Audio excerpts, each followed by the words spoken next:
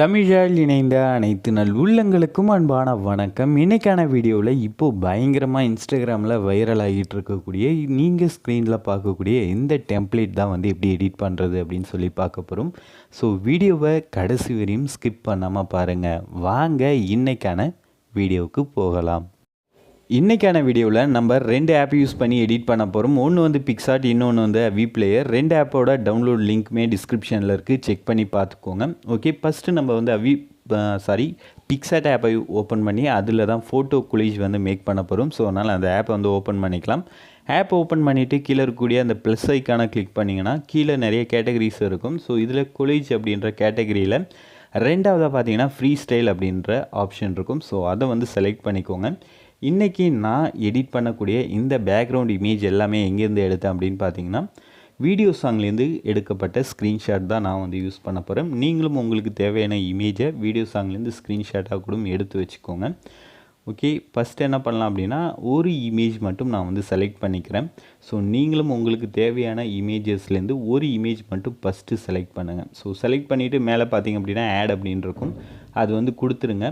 தென் இந்த white colour background இருக்குது இல்லையா, ஸோ அதை வந்து ஜஸ்ட் ஒரு டேப் வந்து பண்ணுங்கள். ஸோ அப்படி டேப் பண்ணக்குள்ளே என்ன ஆகும் அப்படின்னு பார்த்தீங்கன்னா கீழே இந்த மாதிரி ஆப்ஷன்ஸ் வந்து காமிக்கும். இதில் லே அவுட் அப்படின்னு ஃபஸ்ட்டிலே இருக்குது பாருங்கள். ஸோ அந்த ஆப்ஷனை வந்து செலக்ட் பண்ணிக்கோங்க. அதில் ரெண்டாவதாக பார்த்தீங்கன்னா உங்களுக்கு வந்து ரேஷியோ அப்படின்ற ஆப்ஷன் இருக்கும். அதை செலக்ட் பண்ணிவிட்டு சைடில் ஸ்க்ரோல் பண்ணிட்டே வந்தீங்கன்னா உங்களுக்கு போர்ட்ரேட் அப்படின்னு சொல்லி இன்ஸ்டாகிராமுக்கான ரேஷியோ இருக்கும். ஸோ அதை வந்து டேப் பண்ணோடனே ஆட்டோமேட்டிக்காக உங்களோட ஒயிட் கலர் பேக்ரவுண்ட் இந்த மாதிரி இன்ஸ்டாகிராமுக்கான சைஸ்க்கு வந்து மாறிடும்.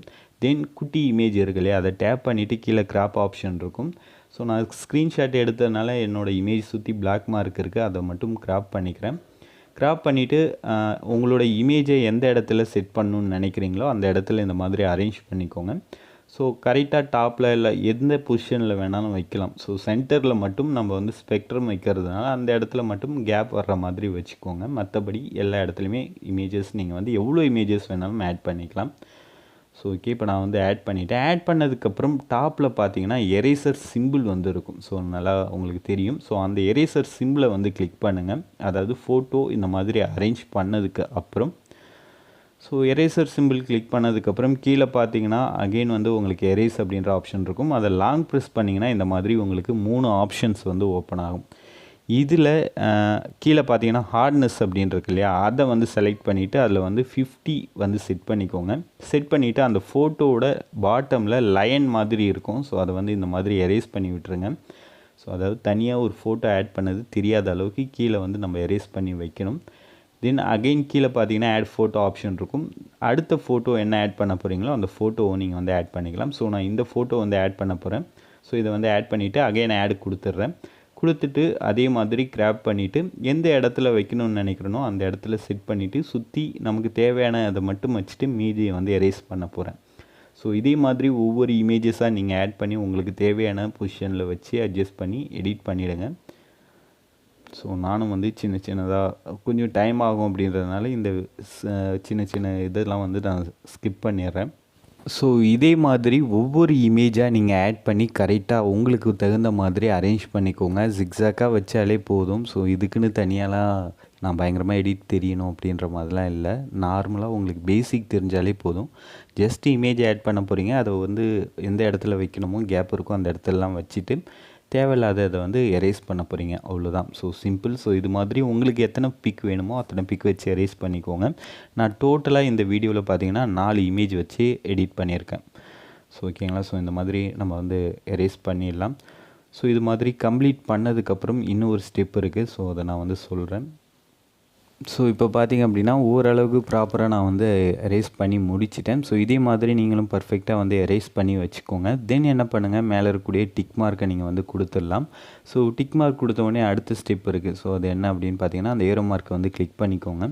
கிளிக் பண்ண உடனே கீழே எஃபெக்ட்ஸ் அப்படின்னு சொல்லி இருக்கும். ஸோ இது வந்து இந்த எஃபெக்ட்ஸ் வந்து ஒர்க் ஆகணும் அப்படின்னா எஃபெக்ட்ஸ் அப்படின்றத கிளிக் பண்ணிவிட்டு கீழே நிறையா ஆப்ஷன்ஸ் இருக்கும். ஸோ இதில் வந்து என்ன பண்ணுங்கள், கலரைஸ் அப்படின்னு சொல்லி ஒரு ஆப்ஷன் இருக்கும். ஸோ நான் செலக்ட் பண்ணி தான் வச்சுருக்கேன். ஸோ கலரைஸை செலக்ட் பண்ணிங்கன்னா அதுலேயுமே வந்து உங்களுக்கு வந்து 4வதாக பார்த்தீங்கன்னா கலரைஸ்னே இருக்கும்.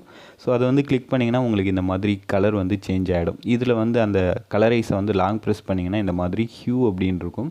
அந்த ஹியூ பாயிண்ட்டை நீங்கள் அட்ஜஸ்ட் பண்ணுறதுனால உங்களோட இமேஜோட கலர் ஓவராலாக வந்து சேஞ்ச் ஆகும். ஸோ இந்த மாதிரி உங்களுக்கு எந்த கலர் வேணுமோ அந்த கலரை நீங்கள் வந்து சூஸ் பண்ணிக்கோங்க.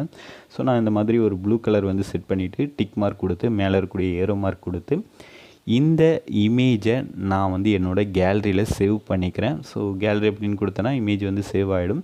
ஸோ இதே மாதிரி சேவ் பண்ணதுக்கப்புறம் Aveeplayer ஆப்பை வந்து ஓப்பன் பண்ணிக்கோங்க.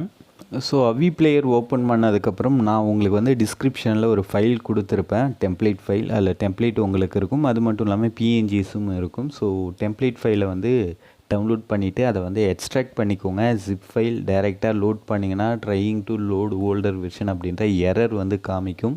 ஸோ நான் எவ்வளோ வீடியோவில் சொல்லிட்டேன், நிறைய பேர் டைரெக்டாக ஜிப் ஃபைலை வந்து ஆட் பண்ணுறீங்க. ஸோ அப்படி ஆட் பண்ணாதீங்க. ஓகே, இப்போது இந்த Aveeplayerல அதாவது இந்த டெம்ப்ளேட்டை வந்து எப்படி எடிட் பண்ணுறது அப்படின்னு சொல்லி பார்க்கலாம். Aveeplayer ஆப்பில் மேலே இருக்கக்கூடிய அந்த பாட்ஸ் ஐக்கானை கிளிக் பண்ணுங்கள். தென் கீழே லோடு ஃப்ரம் ஃபைல் அப்படின்ற ஏரோ மார்க்கை கிளிக் பண்ணிவிட்டு நீங்கள் எந்த ஃபோல்டரில் உங்களோட டெம்ப்ளேட் ஃபைலை எக்ஸ்ட்ராக்ட் பண்ணி வச்சுருக்கீங்களோ அந்த டெம்ப்ளேட் ஃபைலை உங்களோட கேலரியிலேருந்து நீங்கள் வந்து செலக்ட் பண்ணிக்கோங்க. ஸோ டெம்ப்ளேட் எப்பயுமே வந்து டாக்குமெண்ட்டாக தான் இருக்கும். நீங்கள் வந்து டெம்ப்ளேட்டை செலக்ட் பண்ணுறதுக்கு முன்னாடி டாட்டுக்கு அப்புறம், அதாவது ரீநேமில் போய்ட்டு டாட்டுக்கு அப்புறம் என்ன இருக்குது அப்படின்றத ஒரு தடவை செக் பண்ணிக்கோங்க. VIZ இருந்தால் மட்டும் அதை வந்து செலக்ட் பண்ணி லோட் பண்ணுங்கள். ஸோ ஓகே, இப்போ நான் லோட் பண்ணிட்டேன். லோட் பண்ணதுக்கப்புறம் உங்களோட டெம்ப்ளேட் பார்த்திங்க அப்படின்னா இந்த மாதிரி தான் பிளாங்காக வெறும் ஸ்பெக்ட்ரம் மட்டும் இருக்கும். ஓகே, மேலே இருக்கக்கூடிய பென்சில் ஐக்கானை கிளிக் பண்ணிவிட்டு ஆடியோ ப்ரொவைடர் கீழே இமேஜ் அப்படின்ற ஆப்ஷன் இருக்கும். ஸோ அதை கிளிக் பண்ணிவிட்டு ஜென்ரல் கீழே இருக்கக்கூடிய இமேஜ் போங்க. அதில் கஸ்டம் இமேஜ், தென் பிக் இமேஜ் அப்படின்ற ஆப்ஷன் கொடுத்து இப்போ நம்ம பிக்சார்ட்டில் எடிட் பண்ணோம் இல்லையா ஒரு இமேஜ், கொலிஜ் இமேஜ், அந்த இமேஜை உங்களோட கேலரியிலேருந்து செலக்ட் பண்ணிக்கோங்க. ஸோ நானுமே வந்து செலக்ட் பண்ணிக்கிறேன். ஸோ செலக்ட் பண்ணோடனே உங்களோட இமேஜ் இந்த மாதிரி ஆட்டோமேட்டிக்காக ஆட் ஆகிடும். தென் இதில் பார்த்திங்க அப்படின்னா அந்த ஸ்பெக்ட்ரம் வந்து பார் வந்து ப்ளே ஆகுது இல்லையா, அது வந்து சாங்குக்கு தகுந்த மாதிரி ஆகும். அந்த ஸ்பெக்ட்ரம்க்கு மேலே நம்மளோட சாங்க்கான லிரிக்ஸை வந்து ஆட் பண்ண போகிறோம்.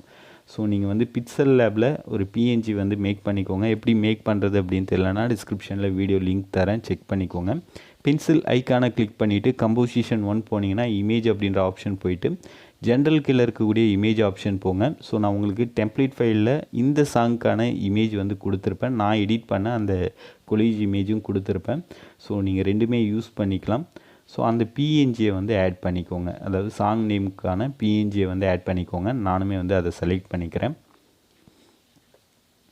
ஸோ எஞ்சிறு மயிலாஞ்சியே, ஸோ அந்த சாங் தான் நம்ம வந்து ப்ளே பண்ணிகிட்ருக்கோம். ஸோ அந்த சாங்க்கான பிஎன்ஜியை வந்து ஆட் பண்ணிவிட்டேன். தென் பென்சில் ஐக்கானை கிளிக் பண்ணிவிட்டு கம்போசிஷன் 1ல் செகண்டாக இருக்கிற இமேஜ் ஆப்ஷன் போய்ட்டு அகைன் உங்களோட கேலரி போயிட்டு உங்களோட லோகோ இருக்கும் இல்லையா, அதை வந்து ஆட் பண்ணிக்கோங்க. அந்த லோகோ பார்த்தீங்கன்னா ஸ்பெக்ட்ரம்க்கு கீழேயும் லிரிக்ஸ் பிஎன்ஜி ஸ்பெக்ட்ரம்க்கு மேலேயும் வர்ற மாதிரி கொடுத்துருப்பேன். ஸோ அவ்வளோதான், வீடியோ வந்து எடிட் பண்ணி முடிச்சிட்டோம்.